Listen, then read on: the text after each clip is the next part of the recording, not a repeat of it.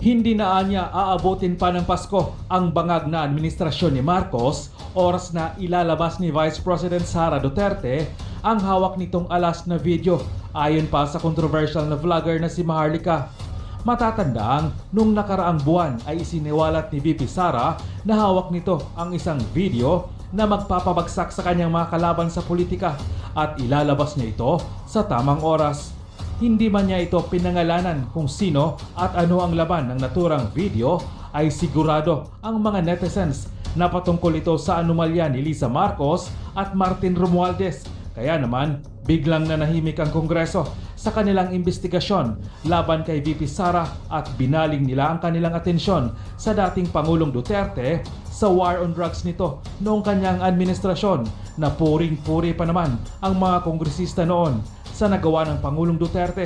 Subalit, lahat sila ngayon ay nagbaliktaran na at kapitoko kay BBM at tambaluslos kapalit ang milyon-milyong pera.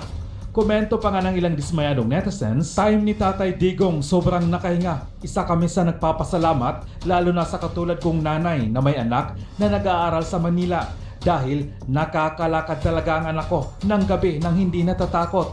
Kaya si Tatay Digong ang the best. Gusto lang nilang kasuhan talaga. Mahiya naman kayo. Pilit talaga ninyong gustong ipahiya. Kahit anong gawin nyo, wala na sa amin yan. Kahit anong sira ninyo, nakabao na sa isip namin ang ginawa ni Tatay Digong na mapagmahal sa mga taong sakop niya. Mahal namin ang mga Duterte dahil sila ay may puso. Sure ilalabas ang video na yan once malapit na ang butuhang 2025. Malamang itlog ang lahat ng nakatikit kay Bangag. Ang daming krimen at droga ngayon sa Pilipinas. Bakit itong Quadcom pilit habulin si PRRD?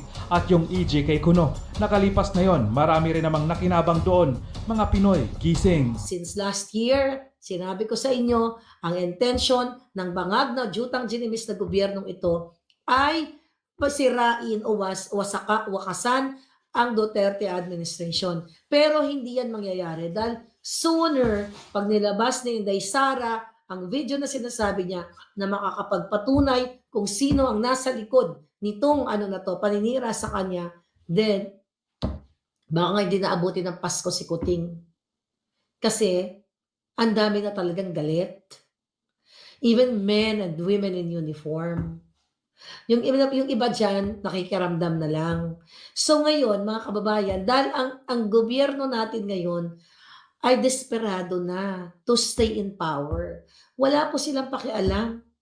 Bakit? Inuubos nga nila yung pera nila. Wala nga silang pakialam na magsinungaling sa 5,500 ghost project nila sa flood control. Okay? So ngayon, yung ginagawa nila dyan, ulitin natin yung kanilang saga patungkol sa Pogo. Si Marcos Jr. po at si Lisa Canas, silang dalawang mag-asawa at ang pamilya nila at si Tambaluslos, ang promotor at punot dulo ng Pogo. Dahil sila nakikinabang. Recently, may nakita akong posting. Okay? Sorry, may nag-send sa akin. Ito na ang pinagkakabalahan ng mga walang hiya, mga kababayan, ay tungkol sa Pogo-Pogo na yan. Alright? Ang sabi nga ni Kuting dyan, di ba? Noong kanyang, State of the Nation Address. Mula ngayon, wawakasan na natin ang Pogo, wala ng Pogo. Yung pala, ito, pinalitan ng, ito galing to kay SAS. Okay? Ito, pinalitan ng mga gaming operation online. Tapos meron pa silang, nakikita ko yung ganyan sa casino lang eh. Okay? Dito sa Amerika, wala ko nakikita ang ganyan. Alright? Ito. Ayan pala, ina-advertise na pala yan nila dyan. Alright? Ayan o, mga online gaming. Imagine nyo kung paano naaapektuhan. Ayan, Okada yan. Okada bribery. So ngayon, imagine nyo yung mga artista, yan. Siyempre, pera-pera lang yung mga yan. Pag binabayaran sila, ipopromote mo yung kanilang mga gaming. So, how sad.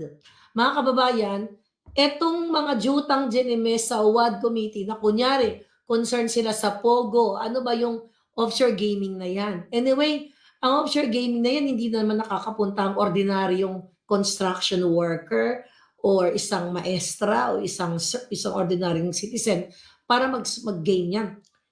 Itong mga online gaming na ito, parang ipinasok nila ng gobyernong ito, ng PAGCOR, dahil kasabwat nga yan. Di ba si Artenco, dahil sabi may aayusin lang, nandyan yan sa book ni Attorney Vic Rodriguez, diba nandito?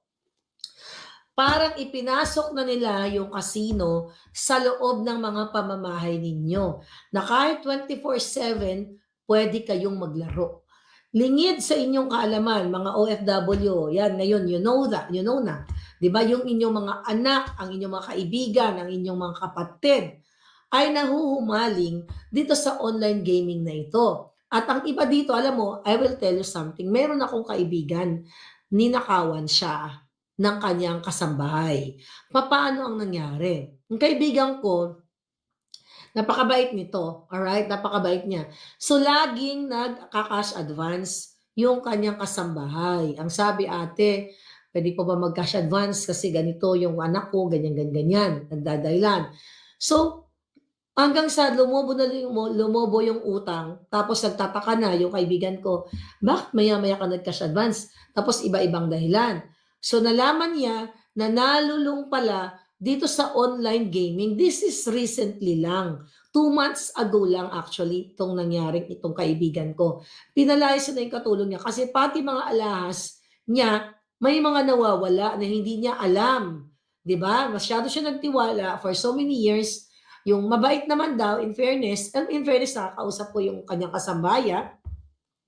Tapos mga kapalangga, ito yung online gaming na ito, okay? Dahil sa online gaming na gawa ng bangag na gobyerno, sabi ko sa inyo, wala silang pakialam sa kinabukasan ninyo. Wala silang pakialam na lumubog kayo sa utang. Wala silang pakialam kung maging addictus benedictus kayo sa sugal. Kasi ang intensyon nila para magkamal ng pera. Para sila ay may impok sa offshore account sila, pambili ng malalaking bahay, at hindi pambili ng mga designers and everything. So, kawawa talaga kayo mga palangga. Sabi ni Purification, please, yan, okay. Yan ang nagpapasama sa buhay para sa ikayos ng buhay ng anak kong ito. Dito siya. O, tignan mo si Madam. O, basahin natin to ni Palangga. Basahin natin. Sabi ni Ma'am Purification, please, yan ang nagpapasama ng buhay para sa ikayos ng buhay ng anak kong ito. Ng anak ko ito. Dito siya nag-uubos ng pagsusugal. Ito ang malaki kong problema. Single mother ako at ito ang kinalolokohan ng anak ko. See that? Yan, nakita nyo? Sino po ang may kasalanan yan? Gobyerno. Kung hindi yan nilegalize, okay, ng gobyerno, yung online sugal na yan, hindi magkakaroon ng problema si Ma'am Purification. Hindi nagka-problema yung kaibigan ko na ninakawan siya ng alahas, inutangan siya, hindi niya binayaran, ninakawan ng bonggang-bongga, hanggang sa pinalayas na lang siya. So nakita nyo, at ang iba pa, nagkakaroon ng crime yun actually. Mabait na yung kaibigan ko, hindi niya kinasuhan, pero ang iba nag-aakyat bahigang panagnanakaw, gumugurgor, di ba, nang-hold up, dahil dito sa online gaming na ito. So ngayon palangga, yes, thank you. My Perez, thank you so much. Hinga, sabi ni Brendan Kimpan, hirap ng agba, mafia. Yun na nga, mafia talaga. Lahat na lang, dito kaya ako, I don't watch the drama nila, kasi this is about to destroy Pangulong Duterte para sa 2025 election. Kasi gusto nilang manatili sa pwesto. Mga palangga, ulit-ulitin natin, maraming importanteng mga bagay na dapat ayusin ng HUAD committee na yan, ng gobyernong ito, para sa ikagaganda ng buhay ng Pilipino, ng Pilipinas, pero inuunan nila yung pamumulitika. Paninira kay Duterte, paninira kay Sara, kasi nga, threatened sila. Desperado sila na si Inday ay magiging next president. Sabi ko nga, hindi nyo alam ang maging twist of fate ng Pilipino na baka hindi naabuti ng Pasko si Bangag, pwedeng mag-alsa, ang mga dapat mag-alsa, at pwede rin mag-gurgur si Bangag dahil mukhang malapit-lapit na rin. But anyway,